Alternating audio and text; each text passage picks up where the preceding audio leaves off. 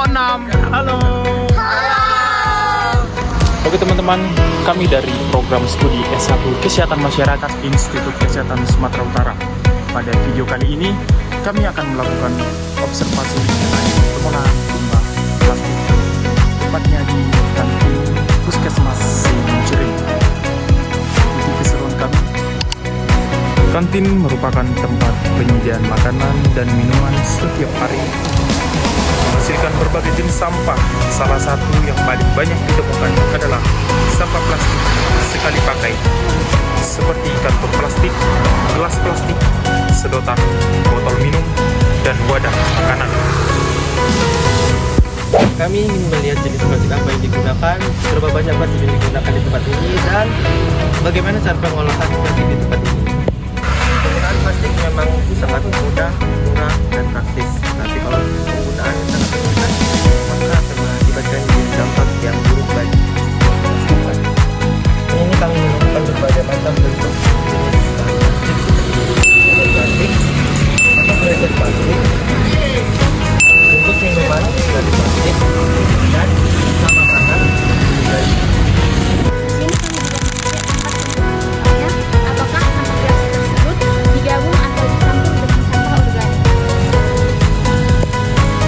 memahami lebih dalam, kami akan mewawancarai pendidikan tersebut untuk bertanya-tanya tentang penggunaan plastik di kantin puskesmas ini.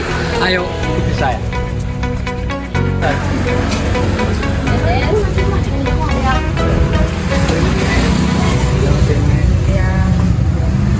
Kami dari kampung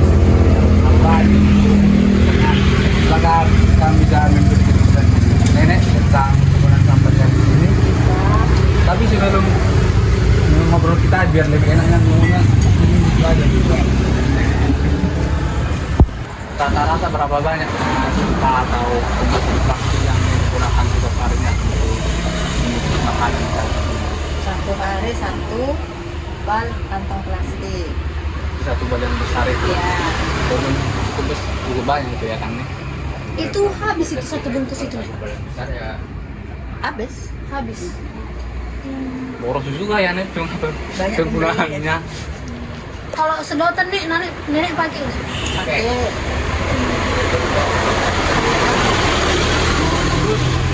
Ini biasanya mendapatkan kemasan plastik tersebut biasanya dari mana saja nih? Atau dari kemasan Indomie atau beli-beli dari luar gitu? Kalau Indominya nenek beli gede. Sampahnya plastiknya nenek buang di tong sampah.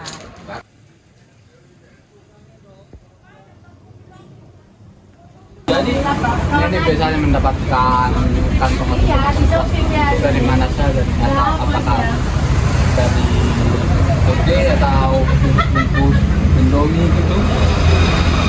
Kalau Indominya kantongnya beli gede. Kalau nenek beli Indomie itu biasanya satu dus langsung. Enggak. Jadi nenek belinya per biji gitu. Ya, belinya kadang-kadang 5, 10. Berarti sampah plastik Indomie itu nggak terlalu banyak lah ya, nggak sesuai apa kita. Kalau sehari-hari, kalau untuk 15 bungkus ada setiap harinya. Nah, Indomie, sampah plastik Indomie. sedotan. Sedotan lebih banyak lagi. Sedotan lebih banyak. Ya. Sampah dari kemasan. Kalau kaki itu ada juga ya? Atau gimana? Kalau cup nenek nggak ada jual. Nah, minuman saset ada. Sampah dari kemasan. Ya, sampah dari Indomie, dari kemasan minuman saset. Berarti apanya sampah yang paling banyak itu dari Indomie sama minuman tadi? Iya, sama sedotan. Sedotan juga. Terus apakah nenek pernah mencoba untuk mengurangi sampah plastik kemasan tersebut dan apa kendalanya?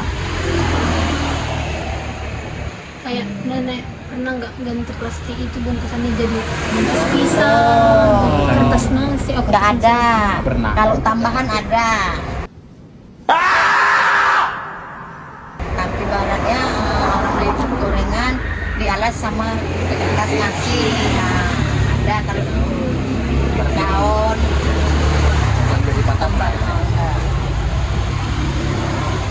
Jadi setelah kemasan-kemasan tersebut nenek gunakan, biasanya nenek membuang sampah tersebut di mana saja? Buang sampah, Sabtu sore dibakar di rumah sampah.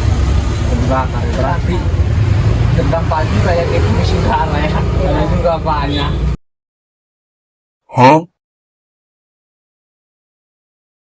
Apakah nenek pernah menanamnya? Nanam apa itu sampah-sampah tersebut juga rendah apa? Enggak. Dibakar.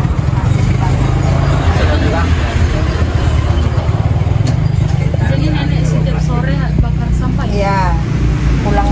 Mau pulang dari warung bakar sampah dulu. Nenek ada pisah-pisah nggak itu? Khusus sampah plastik, sampah organik gitu. Langsung jadi satu aja. Satu sana dibakar. Iya, tetap dibakar. Mana dibakar juga nggak ada kalau mau di apa kan? Enggak ada. Kecuali sampah kulit pisang. Bisa dirainkan. Pas kulit pisang. Sampah kulit pisang dipisah. Kalau yang nggak bisa terbakar dia dikeringkan dulu. Apakah nenek tahu dampak sampah plastik tersebut terhadap kesehatan dan lingkungannya? Ada nggak? Ya. Ya. Kalau nggak dibakar, kalau hujan nanti kita kebanjiran. Banjir jadi. Sampahnya kan melimpah di bawah air, kita kena banjir. Itulah dampaknya. Kalau nggak dibakar. Gerangan air jadi Ya. juga ya kan nih. Jadi kan nenek kan tiap harinya sampah tersebut kan dibakar. Terus apakah ada tetangga atau orang-orang sekitaran sini yang terdampak dari polusi asap atau terkena batu atau sesak napas gitu nih, adakah? Ada. Ada. Makanya bakarnya sore, jadi sama tetangga nggak mengganggu kalau kita bakar sampah. Sama membakar sampah itu kalian nengok arah angin dulu ya kan? Iya. Kita langsung langsung bakar kayak di depan-depan gitu. Sore. Pas nggak ada pelanggan juga ya kan. Iya, pas udah pulang pelanggan baru nanti kita bakar sampah. Bersih. Kurangi dampaknya sebagian. Mengurangi dampak masyarakat. Apa harus dibakar itu? Kenapa nggak dibuat ke penampungan sampah seperti yang itu? Karena di sini jarang yang lewat kemari tukang kutip sampahnya. Udah. Jadi nenek bakar setiap hari biar nggak merusak lingkungan. Berarti Oh enggak nek, kalau membakar sampah itu kan dapat menyebabkan polusi juga nek. Nah saran kami, nenek itu harus memilah sampah organik seperti daun, kertas dan lain-lainnya untuk ditanam di tanah dan tidak mencemari lingkungan juga kan. Yang kita tahu kan kalau daun plastik itu kan dapat terurai dengan sendirinya. Nah kalau yang untuk anorganiknya nenek itu dikumpulin lah jadi satu, terus nenek buang ke tempat pembuangan akhir tadi aja atau di tempat sampah yang besar gitu lah nek, jadi bisa dipilih dan daur ulang kembali menjadi yang ramah lingkungan. sekian pertanyaan yang kami sampaikan kepada nenek. Terima kasih atas waktunya yang nenek kepada kami. Jika ada tutur kata yang salah, mohon dimaafkan nenek. Terima kasih nek. Terima kasih, Nek.